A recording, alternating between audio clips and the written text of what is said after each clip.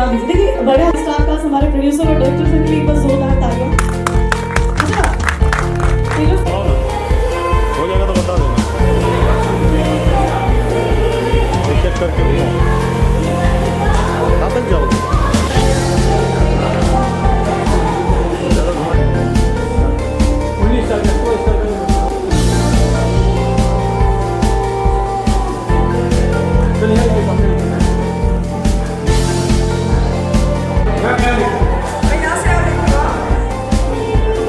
हाँ इनको देखो,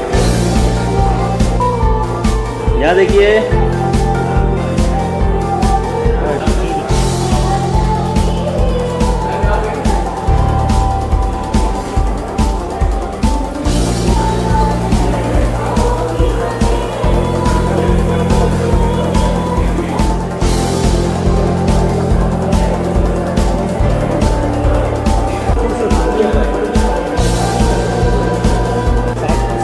सात साल के बाद तो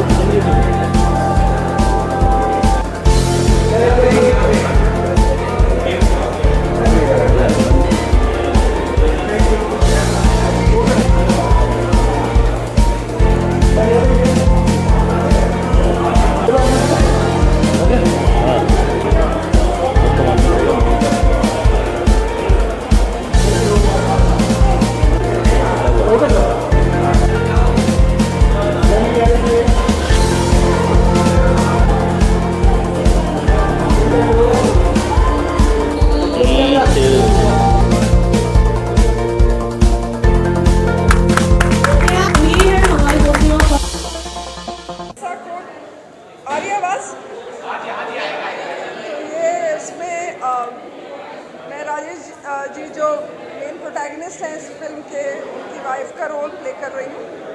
और जैसा कि मैंने कहा कि एक कोर्ट कचहरी वहाँ चल रहा था, एक कोर्ट कचहरी घर में चल रहा था, इसकी जज मैं हूँ। और बस वही नोक-झोंक वाली कहानी, एक मिडिल क्लास घर में क्या होता है, that's it, normal, very normal.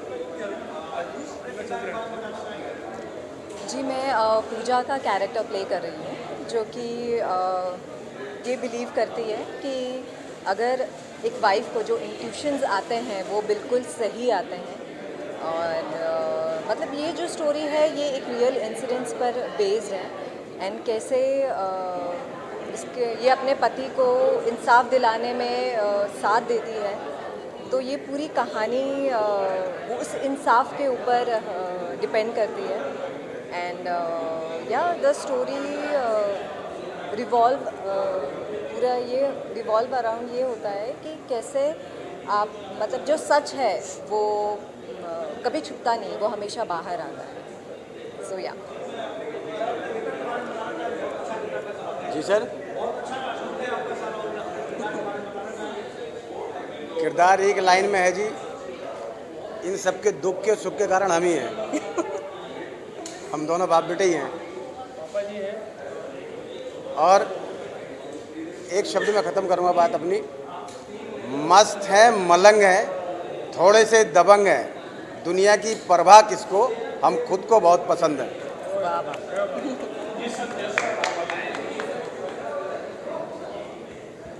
ये सब जो रोल मैंने आपको देखा है, जॉली एलएलबी जो कोई फिल्म देखी थी, उसमें सौरभ शुक्ला का जो रोल था मुझे बहुत पसंद आया था। और मैं सोच रहा था आप उस कैरेक्टर को कैसे निभाएंगे, लेकिन मुझे लगा कि बहुत अच्छा आपने निभाया। जरा कुछ बता सकें। देखिए सर, पहली बात तो ये है कि मैं कभी भी कंपैरिजन्स में नहीं जाता। आई रिस्पेक्ट सौरभ शुक्ला, मैंने काम भी किया उनके साथ, बहुत बढ़िया कलाकार हैं।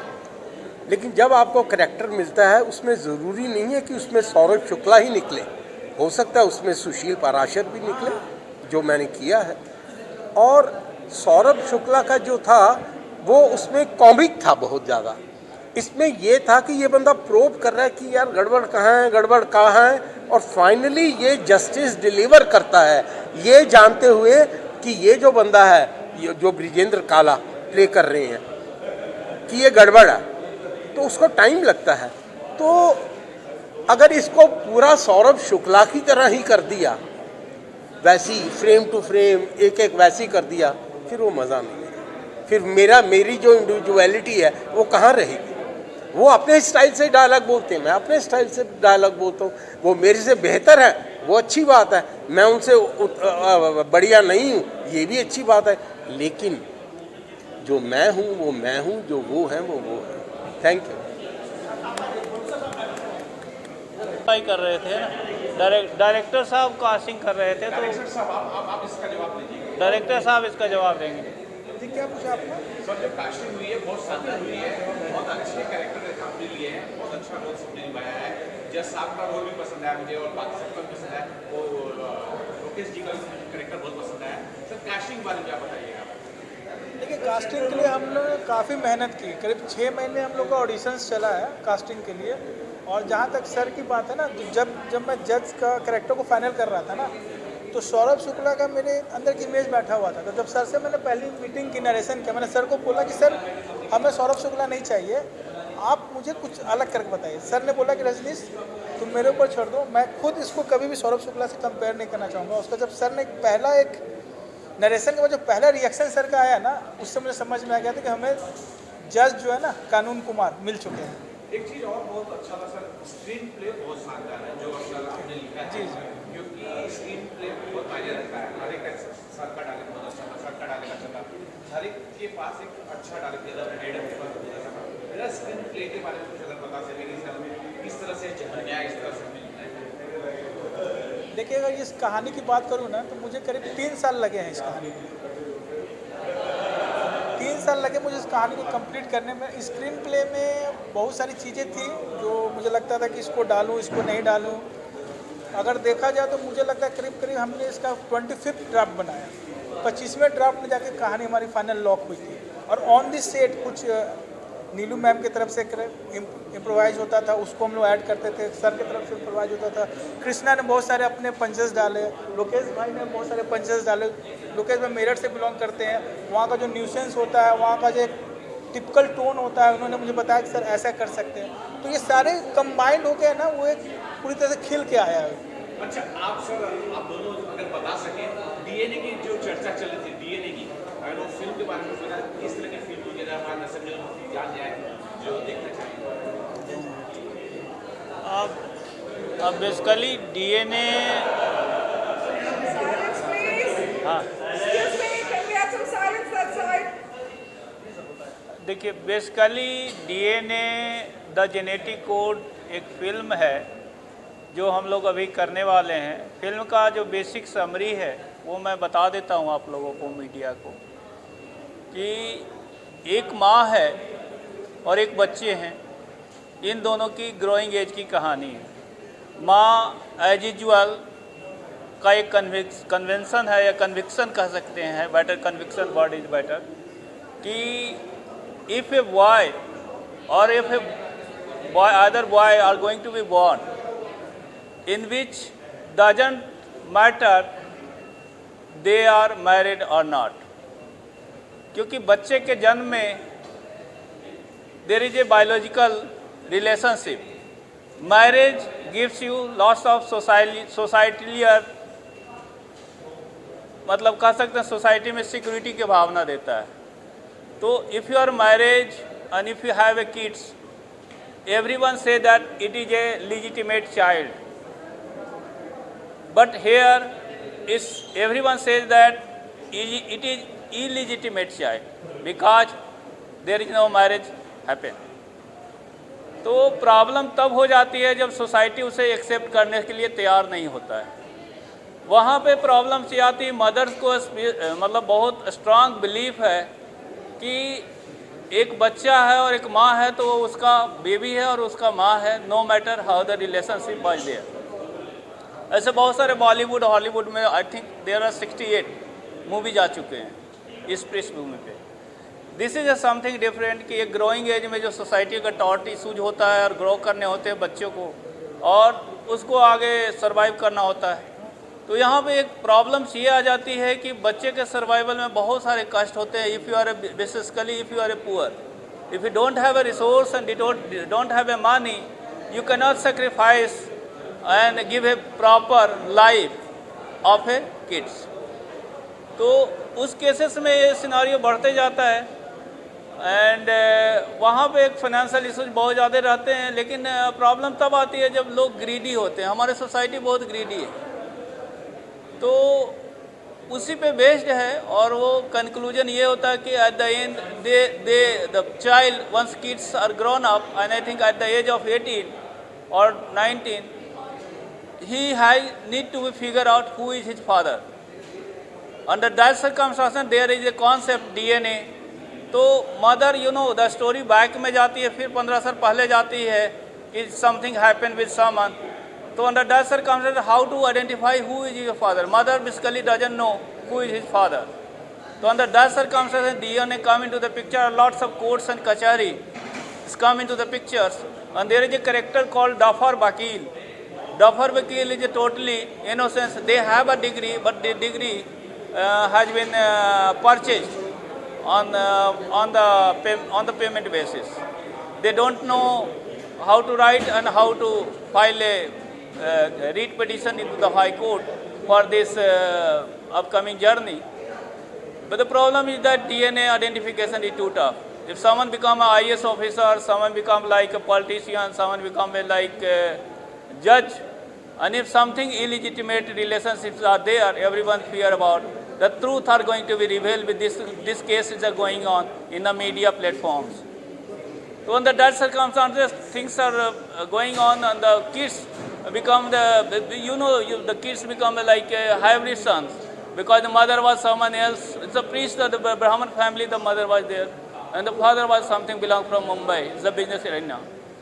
So under that circumstances, the kids later on go to the Harvard, and they had obtained a degree of MBA in finance, and they were work in the United States of America and JP Morgan banks. Once he come to local Indian platforms, दो जो father था, मतलब ये parallel में DNA चल रही है और दूसरी में वो बच्चे का ग्रोइंग एज चल रहा है, उनकी एजुकेशन चल रहा है।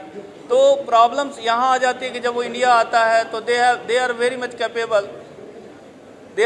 Capable to fight all the sacrifices and fight with all the battles whatever he had in the past.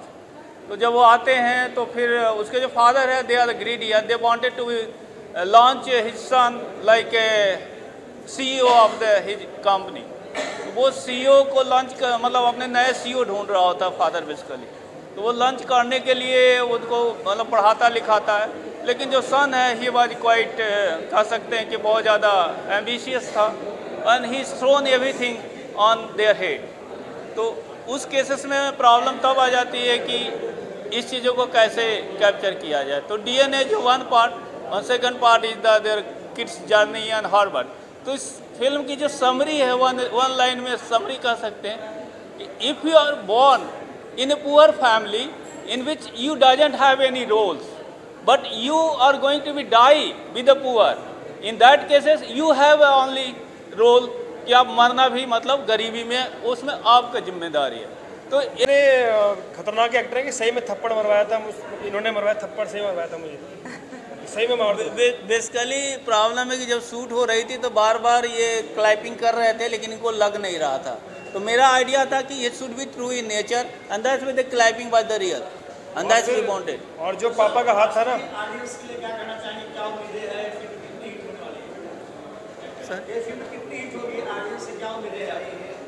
आप बताइए, आपने देखा ट्रेलर, क्या बोलते हो? हैं? ऑफर की थी और अरुण सर से जब मैं मिला था तो इन्होंने बोला था एक रियलिस्टिक फिल्म बनाने जा रहे हैं और धर्म जी मैं चाह रहा था कि इसके रियलिस्टिक अप्रोच के साथ शूट किया जाए। तो इसके साथ ही जब मैंने कहानी सुनी तो मुझे पता चला कि ये पूरा रियलिस्टिक जोन में है और जो कैरेक्टर जो सर ने प्ले किया, सुशील सर अपना कृष्णा जी, अंजू जी और तिलकधारी सर ने, तो जितने बड़े बड़े स्टार हमारे साथ थे और सच में सब लोग रियलिस्टिक परफॉर्मर ही थे। और जहाँ पे जब मैं शूट कर रहा था तो हमें लग ही नहीं रहा था कि हम कोई सीन ऐसा शूट कर रहे हैं या जानबूझ के शूट का माहौल है, ऐसा कुछ नहीं। जितने भी सीन हुए, जो भी एक्ट हुआ, सारा ऐसे लग रहा था कि पूरी पब्लिक, अगर अंजू जी रो रही थी तो पूरी पब्लिक रोने लगती थी, वहाँ पर ऐसा माहौल भी बन गया था। और कृष्णा भाई या सर झगड़ा करते थे तो लगता था कि सन्नाटा छा गया है। तो हम लोगों ने बहुत अच्छे से शूट की वहाँ पे और बहुत मेहनत से शूट की और काफ़ी सपोर्ट रहा।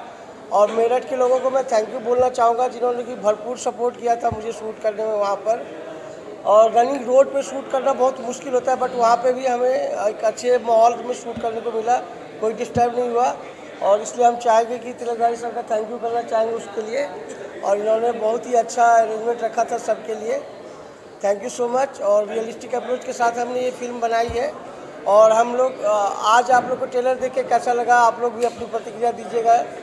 और आप लोग बताइए, हमसे ज़्यादा अच्छा लगेगा कि अगर आप हमें जज करके बताएंगे कि आप लोगों को कैसा लगा। कॉम्प्लीमेंट है मेरे लिए, मतलब, और इनके साथ काम करना बहुत अच्छा एक्सपीरियंस था मेरे लिए। और मेरा इसके अंदर सिर्फ एक छोटा सा रोल है कि मैं सिर्फ परेशान हूँ कि पापा के जो स्कूटर है वो मुझे पसंद नहीं आती। बस वो मैं स्कूल से थोड़ा दूरी उनको बोलता हूँ रुक जाओ करके, अगर स्कूल के पास ले जाओगे तो मेरे दोस्त मुझे चिढ़ाएंगे बस। तो ये थोड़ी सी चीज़ें हैं, मेरा इतना छोटा सा रोल है बस। और जी, ये तो जब आप मूवी देखेंगे तब आपको पता चलेगा।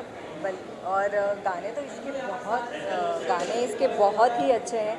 जैसे आपने ट्रेलर में भी देखा होगा कि स्वीट सा रोमांटिक सॉन्ग है जो एक मिडिल क्लास फैमिली होती है, कैसे वो छोटी छोटी चीज़ों में ही खुशियाँ ढूंढ लेती है, या तो उस तरह से वो गाना दर्शाया गया है।